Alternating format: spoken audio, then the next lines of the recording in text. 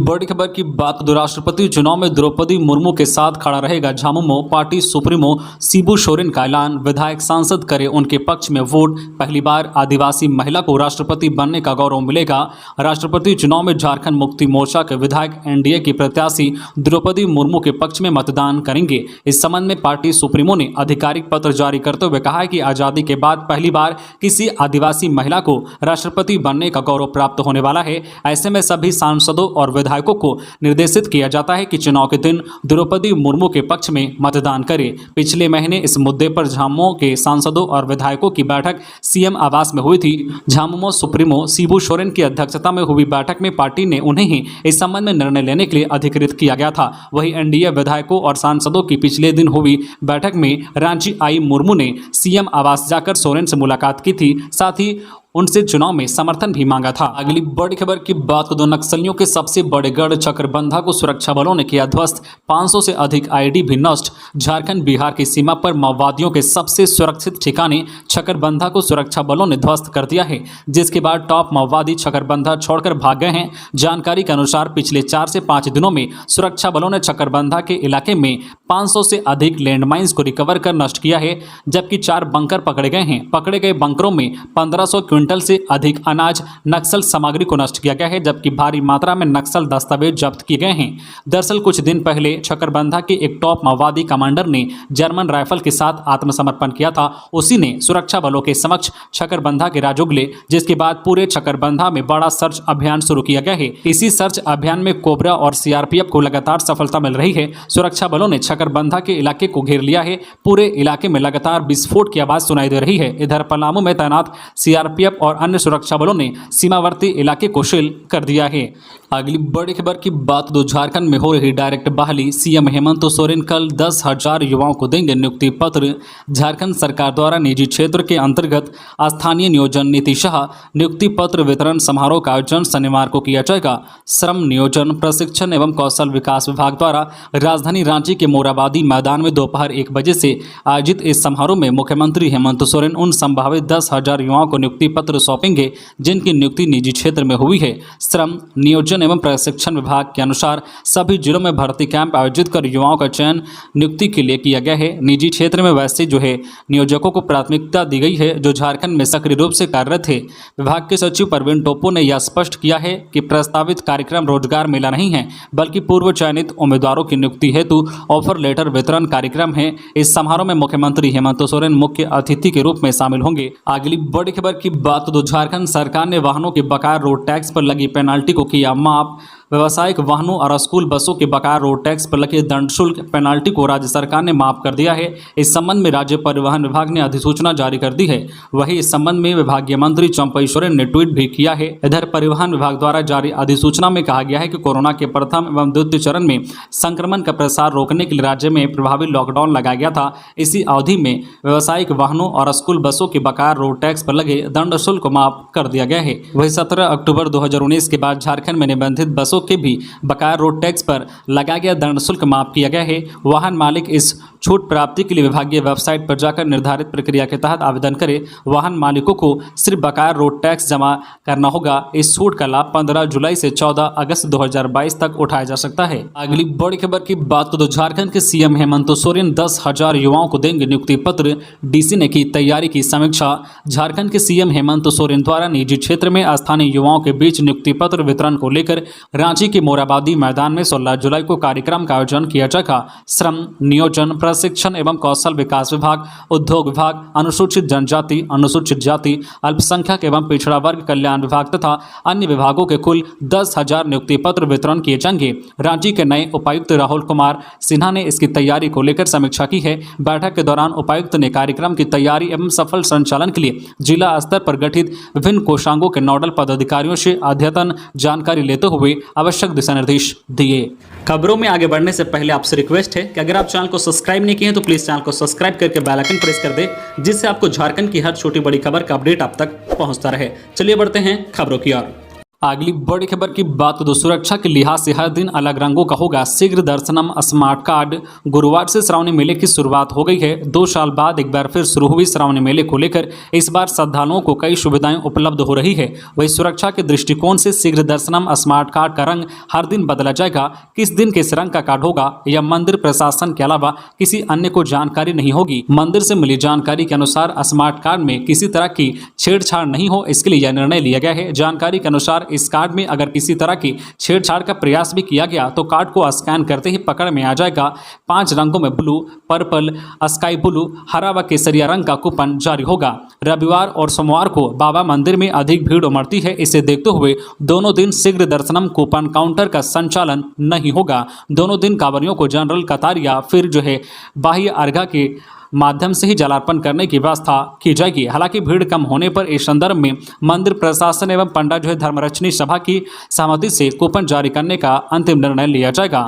अगली बड़ी खबर की बात तो वासेपुर गैंगस्टर प्रिंस खान के पिता का कोर्ट में सरेंडर। नन्हे खान के मर्डर केस में थी पुलिस को तलाश, अदालत ने भेजा 14 दिन की न्यायिक हिरासत में। राज्य के धनबाद जिले स्थित वासेपुर में हुए नन्हे खान हत्याकांड मामले में गैंगस्टर प्रिंस खान के पिता ने गुरुवार को धनबाद कोर्ट में सरेंडर कर दिया। 24 नवंबर 2021 को नया बाजार निवासी महताब आलम उर्फ नन्हे की हत्या वासेपुर पुल के पास गोली मारकर कर दी गई थी। इस मामले में प्रिंस खान के पिता नासिर खान को अभियुक्त बनाया था और पुलिस लंबे समय से उसकी तलाश में थी। धनबाद के मुख्य न्यायिक दंडाधिकारी संजय कुमार सिंह की अदालत ने नासिर के अधिवक्ता उदय कुमार भट्ट एवं सहायक लोक अभियोजक उमेश दीक्षित की दलील सुनने के बाद नासिर की जमानत अर्जी खारिज कर दी है और उसे 14 दिनों की न्यायिक हिरासत में जेल भेज दिया। अगली बड़ी खबर की बात तो आधे घंटे तक हवा में चक्कर काटता रहा विमान। रांची में मौसम खराब होने के कारण लैंडिंग की नहीं मिली इजाजत। Varanasi airport divert. Pune international airport से यात्रियों को लेकर रांची पहुंचे इंडिगो एयरलाइंस के विमान को गुरुवार को मौसम खराब होने के कारण लैंडिंग की इजाजत नहीं मिली। आधे घंटे तक विमान रांची में आसमान में चक्कर काटता रहा। बाद में उसे डाइवर्ट कर वाराणसी स्थित लाल बहादुर शास्त्री इंटरनेशनल एयरपोर्ट भेज दिया गया। 1.5 घंटे तक विमान वाराणसी एयरपोर्ट पर खड़ा रहा। रांची में मौसम ठीक होने पर विमान ने रांची के लिए दोबारा उड़ान भरी। अगली बड़ी खबर की बात को रांची के डॉक्टर से 3,25,000 की ठगी करने वाले 3 साइबर फ्रॉड जामताड़ा से गिरफ्तार। जामताड़ा साइबर थाना की पुलिस ने कर्माटांड थाना के दुधानी और कासिनटांड से साइबर अपराधियों की तलाश में छापेमारी की। इसमें 3 शातिर साइबर अपराधियों को दबोचने में पुलिस ने सफलता हासिल की है। इनमें दिनेश मंडल, राजेश मंडल गाँव दुधानी और कंचन मंडल को गाँव कासिटांड से साइबर अपराध करते रंगे हाथ गिरफ्तार किया है। इन सभी के खिलाफ रांची के डॉक्टर से ठगी के मामले में प्राथमिकी दर्ज है। साइबर डीएसपी मजरूल होदा ने प्रेस कॉन्फ्रेंस कर मामले का खुलासा किया है। गिरफ्तार किए गए तीनों अपराधियों के पास से 10 mobile, 14 SIM card, 2 ATM card, 2 bank passbook बरामद किया गया है। अगली बड़ी खबर की बात तो पवित्र सावन माह शुरू। बाबा मंदिर में उमड़ी श्रद्धालुओं की भीड़। पवित्र सावन माह की शुरुआत 14 जुलाई से शुरू हो गई है। शिव आराधना के लिए यह सर्वोत्तम माना जाता है। सावन के पहले दिन बाबा भोलेनाथ पर जलार्पण करने श्रद्धालुओं की भीड़ उमड़ पड़ी। बिहार के सुल्तानगंज स्थित गंगा नदी से जल भरकर कांवरियों का जत्था बाबा धाम पहुंचने लगा। अहल सुबह बाबा मंदिर से लगभग 5 किलोमीटर तक श्रद्धालुओं की कतारें लग गई। बाबा मंदिर के आसपास का इलाका बोलबम के जयकारे से गूंजमय उठा। श्रावणी मेला को देखते हुए देवघर में सुरक्षा के पुख्ता इंतजाम किए गए हैं। 14 जुलाई से ही बाबा मंदिर के गर्भगृह में अर्घा लगा दिया गया है। श्रद्धालु अर्घा के माध्यम से जलार्पण कर रहे हैं। पूरे सावन माह तक वीआईपी पूजा पर सरकार ने रोक लगा दी है, इसलिए सिख धर्मावलंबियों की भी कतार लगी हुई है। इस बार स्मार्ट कार्ड के जरिए शीघ्र दर्शन की व्यवस्था की गई है। स्मार्ट कार्ड का मूल्य 500 रुपये है। कोरोना के कारण लगातार 2 साल तक मेला नहीं लगा है। इस वजह से इस बार श्रद्धालुओं की भीड़ उमड़ने की संभावना है। अगली बड़ी खबर की बात तो इंटर डिस्ट्रिक्ट बाइक चोर गिरोह का खुलासा। रामगढ़ में 10 आरोपी गिरफ्तार। रामगढ़ जिले की पुलिस ने इंटर डिस्ट्रिक्ट बाइक चोर गिरोह का खुलासा किया है। पुलिस ने 10 आरोपियों को गिरफ्तार किया है। इनकी निशानदेही पर इनके द्वारा चुराए गए 11 बाइक को भी जब्त किया गया है। यह सभी बाइक रांची, रामगढ़, बोकारो और हजारीबाग जिलों में रैकी कर टारगेट फिक्स करते थे और फिर टारगेट को अंजाम देकर बाइक चोरी करते थे। ये ग्रामीण इलाकों में सस्ते दामों पर महंगे बाइक को बेच देते थे। इस बात की जानकारी एसपी प्रभात कुमार ने पत्रकारों पत्रकारों को दी है। एसपी ने बताया कि बुधवार की देर शाम एंटी क्राइम चेकिंग के दौरान वेस्ट बोकारो थाना क्षेत्र में बाइक जांच की जा रही थी। इसी दौरान बिना नंबर की एक बाइक पुलिस को देखकर भागने का प्रयास करने लगा। पुलिस ने पीछा कर उसे जब पकड़ा और जब पूछताछ शुरू की तो कड़ी जुड़नी शुरू हो गई और एक एक कर हजारीबाग, बोकारो और रामगढ़ जिले से बाइक चोर गिरोह के सदस्यों को धर दबोचा गया। इनकी गिरफ्तारी के बाद इनकी निशानदेही पर 11 बाइक को बरामद किया गया है जो आसपास के जिलों और रामगढ़ जिले से चोरी हुए थे। इनकी जो है गिरफ्तारी के बाद सीमावर्ती जिले में भी बाइक चोरी की घटना में कमी आने की उम्मीद पुलिस अधीक्षक ने जताई है। अगली बड़ी खबर की बात तो ट्रेलर की चपेट में आए 2 बाइक सवार, रांची की बच्ची समेत 2 की मौत।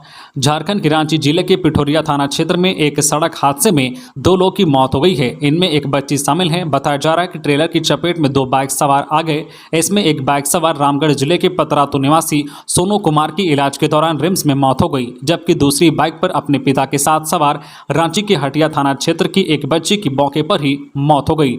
रांची जिले के पिठोरिया थाना क्षेत्र के रहड़ा पुल के समीप अनियंत्रित ट्रेलर के पलट जाने से 2 लोगों की मौत हो गई। इनमें एक हटिया थाना क्षेत्र की 8 वर्षीय बच्ची चिक्की कुमारी की घटनास्थल पर ही मौत हो गई। वह अपने पिता के साथ मोटरसाइकिल से जा रही थी। इस हादसे में रामगढ़ जिले के पतरातू थाना क्षेत्र के रहने वाले सोनू कुमार की इलाज के दौरान रिम्स में मौत हो गई। अगली बड़ी खबर की बात तो द्रौपदी मुर्मू को समर्थन देने का झामुमो का फैसला स्वागत योग्य। दीपक प्रकाश, भाजपा के प्रदेश अध्यक्ष दीपक प्रकाश ने झामुमो के द्रौपदी मुर्मू को समर्थन देने के फैसले का स्वागत किया है।